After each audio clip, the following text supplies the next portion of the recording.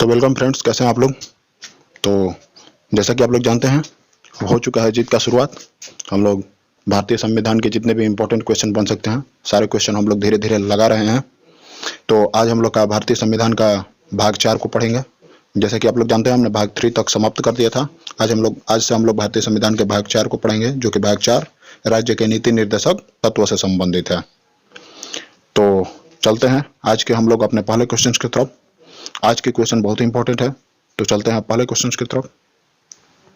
तो आज का हमारा पहला क्वेश्चन है, राज्य के नीति निर्देशक तत्व किस अनुच्छेद से संबंधित है।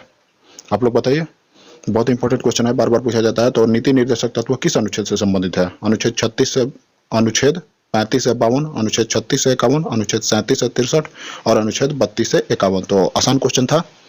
अनुच्छेद 36 से 51 तक राज्य के नीति निर्देशक तत्व अनुच्छेद 36 से 51 तक संबंधित है। तो हमारा ऑप्शन नंबर बी सही होगा।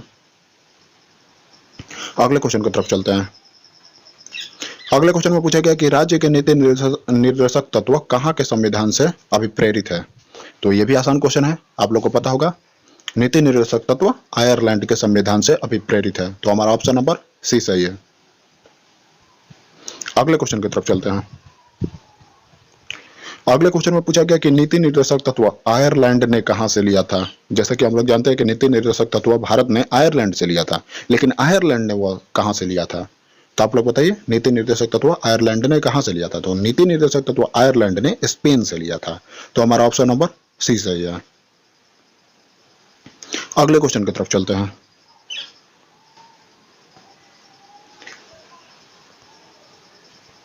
अगले क्वेश्चन में पूछा गया कि नीति निर्देशक तत्व का मुख्य उद्देश्य क्या है। नीति निर्देशक तत्व का मुख्य उद्देश्य क्या है। ऑप्शन नंबर ए में है सामाजिक लोकतंत्र की स्थापना करना, ऑप्शन बी में है लोकतंत्र की स्थापना करना, ऑप्शन सी में है आर्थिक लोकतंत्र की स्थापना करना, ऑप्शन डी में है सामाजिक तथा आर्थिक लोकतंत्र की स्थापना करना। तो ये इंपॉर्टेंट क्वेश्चन हो जाता है आप लोग के लिए। आप लोग बताइए, नीति निर्देशक तत्व का मुख्य उद्देश्य क्या है। तो नीति निर्देशक तत्व का मुख्य उद्देश्य सामाजिक तथा आर्थिक लोकतंत्र की स्थापना करना, सामाजिक तथा आर्थिक दोनों, सामाजिक तथा आर्थिक लोकतंत्र की स्थापना करना। हमारा ऑप्शन नंबर डी सही होगा। अगले क्वेश्चन की तरफ चलते हैं। अगले क्वेश्चन में पूछा गया है कि नीति निर्देशक तत्व की परिभाषा किस अनुच्छेद से संबंधित है। नीति निर्देशक तत्व की परिभाषा किस अनुच्छेद से संबंधित है। ऑप्शन नंबर ए में है अनुच्छेद 37, बी में अनुच्छेद 36, सी में अनुच्छेद 38 और डी में अनुच्छेद 39।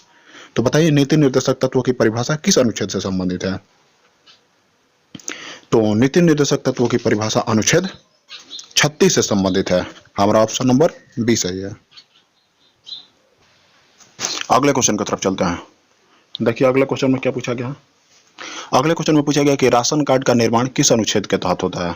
अनुच्छेद 37 के तहत, अनुच्छेद 36 के तहत, अनुच्छेद 38 के तहत और अनुच्छेद 39 के तहत। तो आप लोग बताइए, राशन कार्ड का निर्माण किस अनुच्छेद के तहत होता है।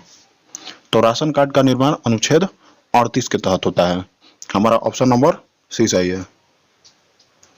राशन कार्ड का निर्माण अनुच्छेद 38 के तहत होता है। चलिए अगले क्वेश्चन की तरफ चलते हैं। अगले क्वेश्चन में पूछा गया है, अगले क्वेश्चन में पूछा गया कि निःशुल्क कानूनी सहायता किस अनुच्छेद से संबंधित है। अनुच्छेद 37 का, अनुच्छेद 36 का, अनुच्छेद 38 का और अनुच्छेद 39 का। तो बताइए, निःशुल्क कानूनी सहायता किस अनुच्छेद से संबंधित है। निःशुल्क कानूनी सहायता अनुच्छेद 39 क से संबंधित है, जो कि 42वां संविधान संशोधन के तहत 1976 में जोड़ा गया था।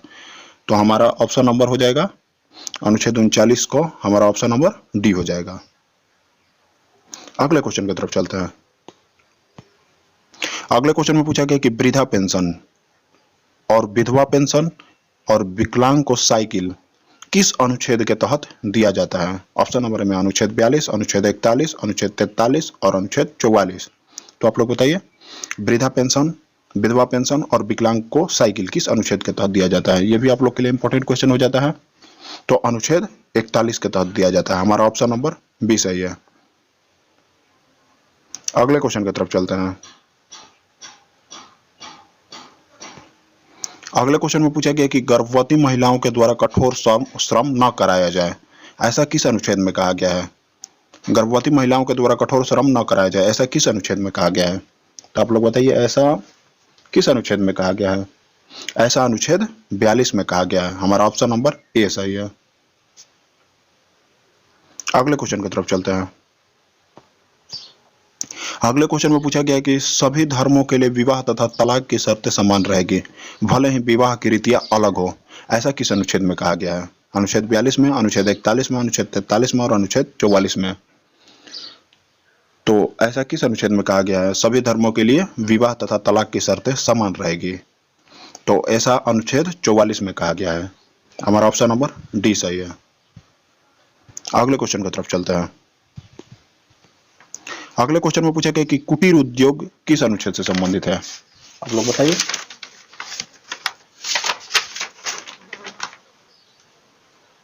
कुटीर उद्योग किस अनुच्छेद से संबंधित है? तो कुटीर उद्योग अनुच्छेद 43 से संबंधित है, जिसमें बताया गया कि निर्वाह योग्य मजदूरी अर्थात इतना वेतन दिया जाए जिससे कि परिवार चला सके। तो इसे ही कुटीर उद्योग कहा जाता है। तो कुटीर उद्योग अनुच्छेद 43 से संबंधित है। ये सारे क्वेश्चन इंपॉर्टेंट है। अगले क्वेश्चन की तरफ चलते हैं। अगले क्वेश्चन में पूछा गया कि 6 वर्ष से कम आयु के बच्चों को स्वास्थ्य का ख्याल रखना सरकार की जिम्मेदारी है। ऐसा किस अनुच्छेद में कहा गया है? अनुच्छेद 42 में, अनुच्छेद 45 में, अनुच्छेद 43 में और अनुच्छेद 44 में। तो 6 वर्ष से कम आयु के बच्चों को स्वास्थ्य का ख्याल रखना सरकार की जिम्मेदारी है, ऐसा अनुच्छेद 45 में कहा गया है। हमारा ऑप्शन नंबर बी सही है। अगले क्वेश्चन की तरफ चलते हैं। अगले क्वेश्चन में पूछा गया कि 6 से 14 वर्ष की आयु के बच्चों को निःशुल्क शिक्षा देना सरकार की जिम्मेदारी है, ऐसा किस अनुच्छेद में कहा गया है? तो यह भी अनुच्छेद 45 में कहा गया है। अगले क्वेश्चन की तरफ चलते हैं।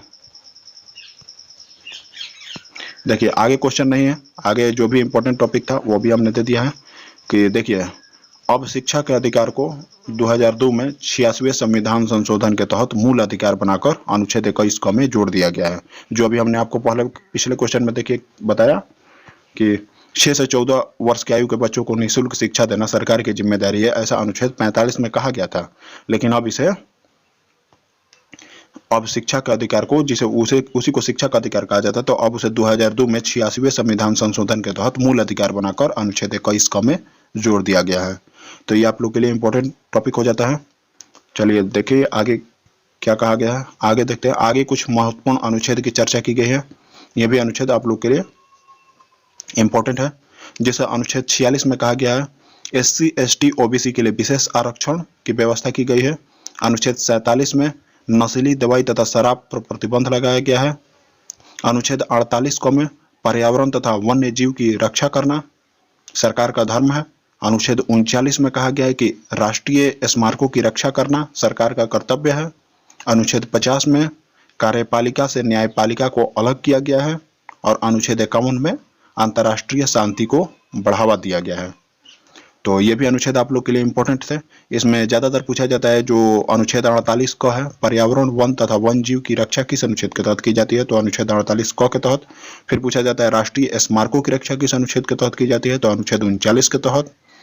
फिर पूछा जाता है कि नशीली दवाएं तथा शराब पर प्रतिबंध किस अनुच्छेद के तहत लगाया जाता है? तो अनुच्छेद 47 के तहत। SC ST OBC के लिए विशेष आरक्षण अनुच्छेद 46 के तहत। कार्यपालिका को न्यायपालिका से अलग किया जाता है अनुच्छेद 50 के तहत। और सबसे इंपॉर्टेंट है अंतर्राष्ट्रीय शांति को बढ़ावा देना किस अनुच्छेद के तहत दिया जाता है? तो अनुच्छेद 51 के तहत। और इसी से संबंधित एक क्वेश्चन पूछा जाता है कि जैसे भारत को यूएनओ की सदस्यता किस अनुच्छेद के तहत दी गई, या यूएनओ का सदस्य किस अनुच्छेद के तहत बनाया गया? तो अनुच्छेद 51 के तहत है।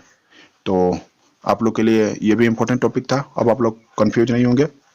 चलिए चलते हैं, आज के लिए रहने देते हैं, बस इतना है। वीडियो को अच्छा लगा हो तो जरूर लाइक कीजिएगा, चैनल को सब्सक्राइब कीजिएगा और कमेंट करना मत भूलिएगा। जिस क्वेश्चन में डाउट होगा तो आप लोग जरूर कमेंट कीजिएगा। तो रहने देते हैं, आज के लिए बस इतना ही। जय हिंद, जय भारत।